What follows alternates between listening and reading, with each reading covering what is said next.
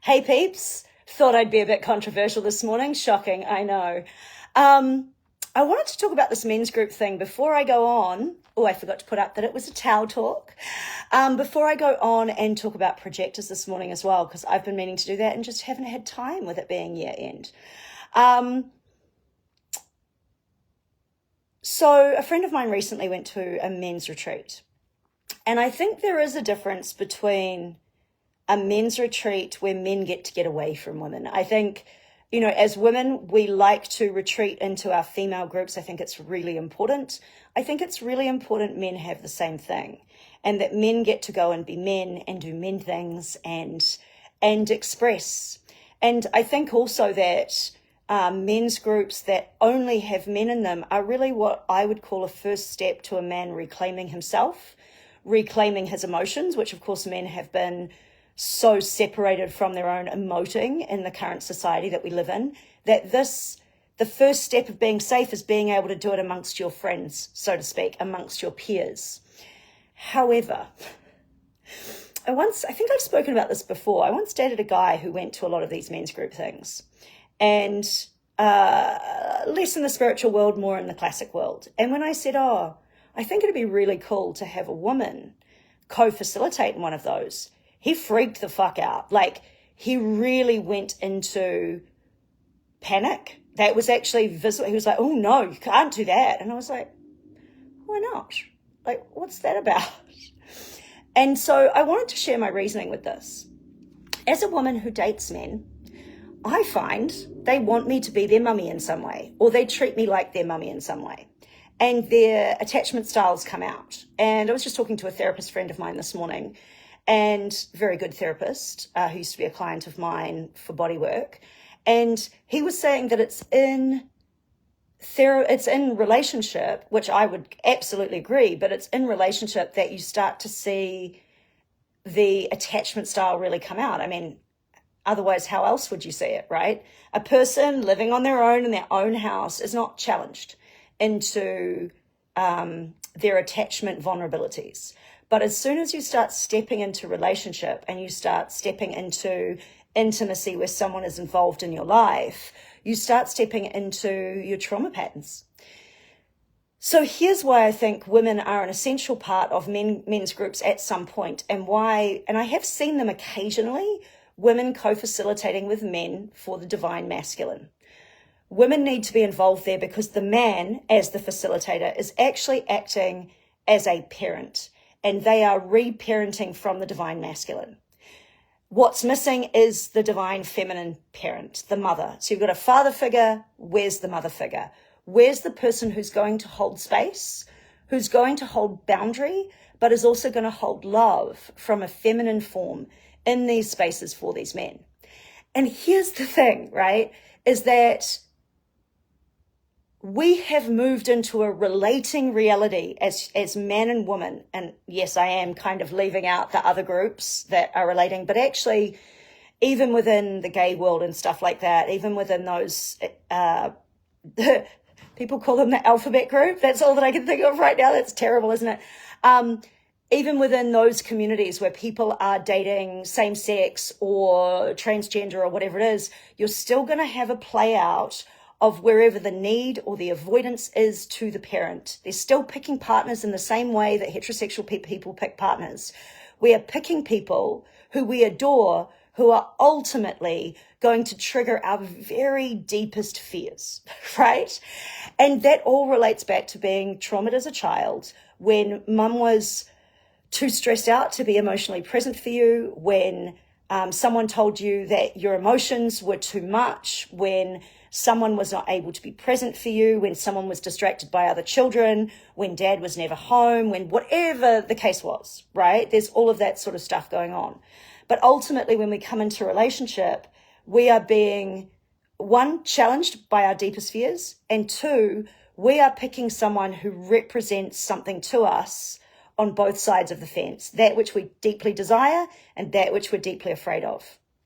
And so there is no way I see men coming into their divine masculine without eventually there being a woman involved who holds space for this divine feminine mother figure. But here's the catch. Most men are trying to do it in relationship, and there is a point where estrogen starts dropping out and women don't want to play anymore. They don't want to be your mummy. They want to be your partner. And therein lies the problem, right? Like, women get to a certain age. I'm testifying from my own perspective here, but also from many of the conversations I've had with women who are in their 40s and 50s and even mid-30s. They get to a certain age where they want partnership. They don't want another child to look after, right? They don't want to have to deal with someone who is not capable of challenging these things in themselves openly in the relationship. So I want to be careful here and just be clear that what this actually means is most women are totally open to open conversation, to finding key words. I think some men are too. All men, I don't know if they've ever even thought about it in some male cases, right? Finding key words, key phrases to de-escalate a situation, to then come back to the actual thing that's now being triggered, which may be avoidant personality, not avoidant personality, avoidant attachment style, anxious attachment style, anger, fear, all of those things that are coming up. You sometimes need a trigger sentence to de-escalate wherever the situation was going back to, okay, now we have this coming up. Let's just deal with this thing. Because when you face something head on, there is a possibility for it shifting and changing and conscious awareness coming into it. However, when everybody stays in their own camp, that doesn't work. And what I see happening in men's groups at the moment is there are a lot of men that are wanting to stay in their own camp. And I know there are people out there, I know there are men out there who would like to have readings with me, but don't because they're afraid of me. And I know that because I hear it through the grapevine, right? They're like, yeah, she's really interesting, but she's kind of terrifying.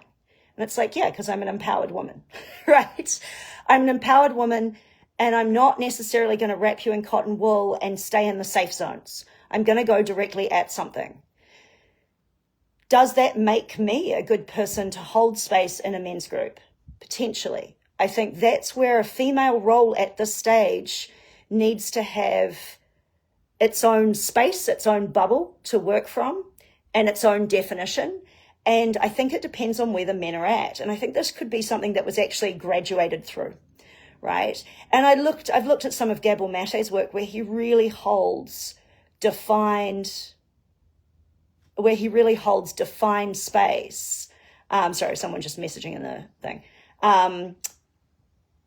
And divine parenting when he is working in therapy with someone, particularly when he's working with someone who's really in dire straits, like severe chronic disease, etc. I've never, ever seen a therapist literally physically sew in someone's aura as you will witness Gabor Mate do it. And I think that is because he is very, very aware that he is going through a reparenting process with that person. Now, I think he also holds a strong masculine and feminine quality. That's true. However, it is also about the female body being present. It has a magnetism to it in the way that it is designed that is different to a male body. So yeah, you can argue totally that someone who's got a good balance of the feminine and the masculine can help expand anyone. That's true. But if we avoid the mother figure, if we avoid bringing that into the therapy for men, no one's going to get anywhere. And if we keep expecting our partners to basically just put up with our avoidant, anxious, dismissive, etc. stuff without there ever being a really good conversation or any attempt to work through that stuff and just leaving her to fumble around in it, she's going to get pretty bored pretty quickly, especially the older she is as a woman, because with less and less estrogen, we just have less and less patience. That's basically what it comes down to. So to deal with someone else's shit when we don't have to anymore, right? Because we're no longer looking to get pregnant. And I think that that's something that men who wonder what goes on with women as they get older, it's like, oh, we just found our boundaries because before we were willing to compromise them for a biological need. Now we don't have that need anymore. So now we are actually whole. And I was doing some really interesting work yesterday, which I'm going to write about because it's pretty fringe, with my Hella Work fascial stretch person. And he's a really, really interesting guy. He happens to also have the same birthday as me, though not the same year. And we got to talking sort of in this realm of holding space, the masculine and the feminine, and how scary it can be when you really start having some of these very, very personal, affronting conversations about sex, you know? And one of the things he said, which was echoing something I said to a friend of mine a couple of years ago, is, as a man, you should know that you don't know how to have sex with any woman. What you need to learn how to do is how to meet them, right? And so there's all this performance stuff that goes on. In fact, there's an incredible amount of walls between men and women. And it's like, there isn't actually a single woman I've spoken to intimately about this stuff that expects a man to perform first off like he's the Adonis in the bedroom. What they're really looking for is connection. And a friend of mine, Ellie Wild, I posted one of her discussions here as well. And her and I, she works differently to me, but her and I have both had very interesting tantric experiences in life and really interesting discussions about Tantra as well. And she writes some beautiful stuff about actually honoring the woman, meeting the woman, about men learning how to do this.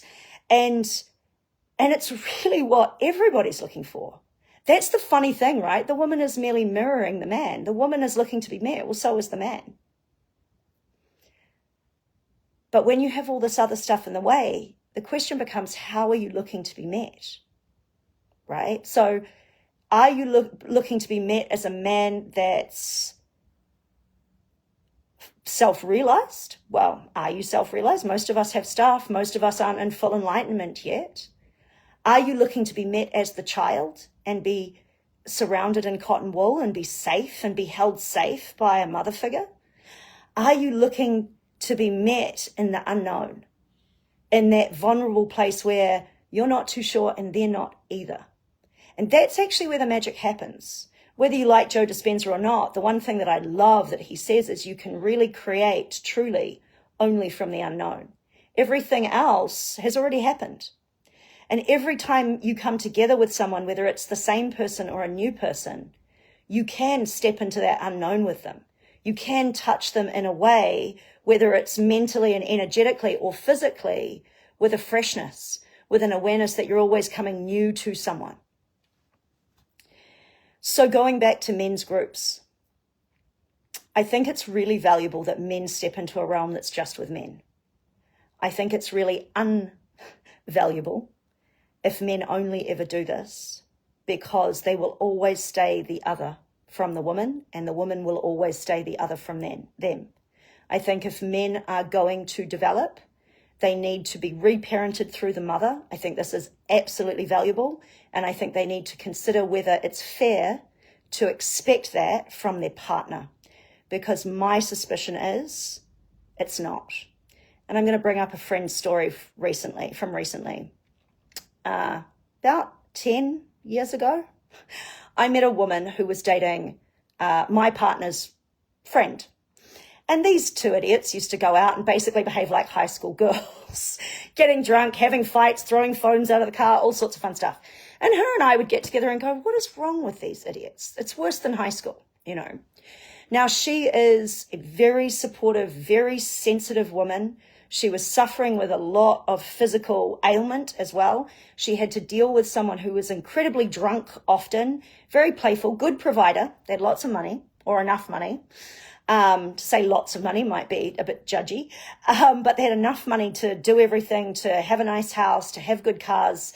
You know, affluent is when you can replace the fridge without batting an eyelid. I would say they were probably in that sort of position. But she looked after everything. She was basically the mum to 3 kids, not 2. Now, fast forward, that situation has changed significantly.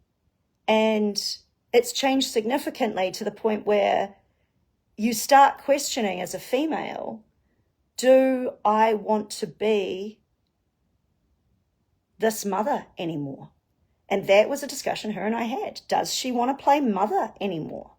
And keep in mind, there are all sorts of things we do between each other as man and woman, or man and man, woman and woman, however your relationship is playing out, that we all do as man and woman to each other that actually are received as offensive, are received as personal, because you're in a personal journey with someone and it's hard not to make it personal. And so when people look after their other as the child, and then that child cheats on them, never takes them into consideration, is physically abusive, is mentally abusive, goes into deep depression.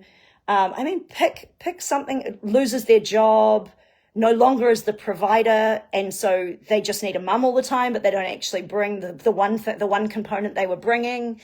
Pick a problem in life, because shit happens, right? And we start taking these things personally because we've been carrying load, or we feel like we've been carrying load. Very hard on a relationship, especially when the intimacy is broken because you're looking after a child. And yeah, it's absolutely true that in a relationship there can be two children, one little girl and one little boy, or two little boys and two little girls, whatever your preference is. So reparenting becomes essential, and reparenting becomes essential for everyone. Sometimes, in the current day and age, people reparent themselves. That is true. But most of the time, people need transmission from the other. And you boys out there that are hiding from us women and are not getting co-facilitators in your men's groups where they're holding the mother archetype, start asking for it. Start asking for that, because we don't get invited if we're not welcome. And some of us are willing to do that job in that setting. I don't want to do it every day in my relationship. I am not interested. But I am definitely willing to help out in a controlled setting for a limited amount of time. Absolutely. And it's actually part of what I do in my daily work as well. So I hold a lot of space for people all the time in my daily work. Another reason why I don't want it in my relationship. So please comment, like, subscribe, follow, share, do all the things. By all means, this is a very sensitive topic. I'm very welcome to you guys private messaging me. Please leave it behind the scenes if you want to, and I will probably comment back to you from there. If you want to comment down below, also welcome as well. Zen Warrior signing out.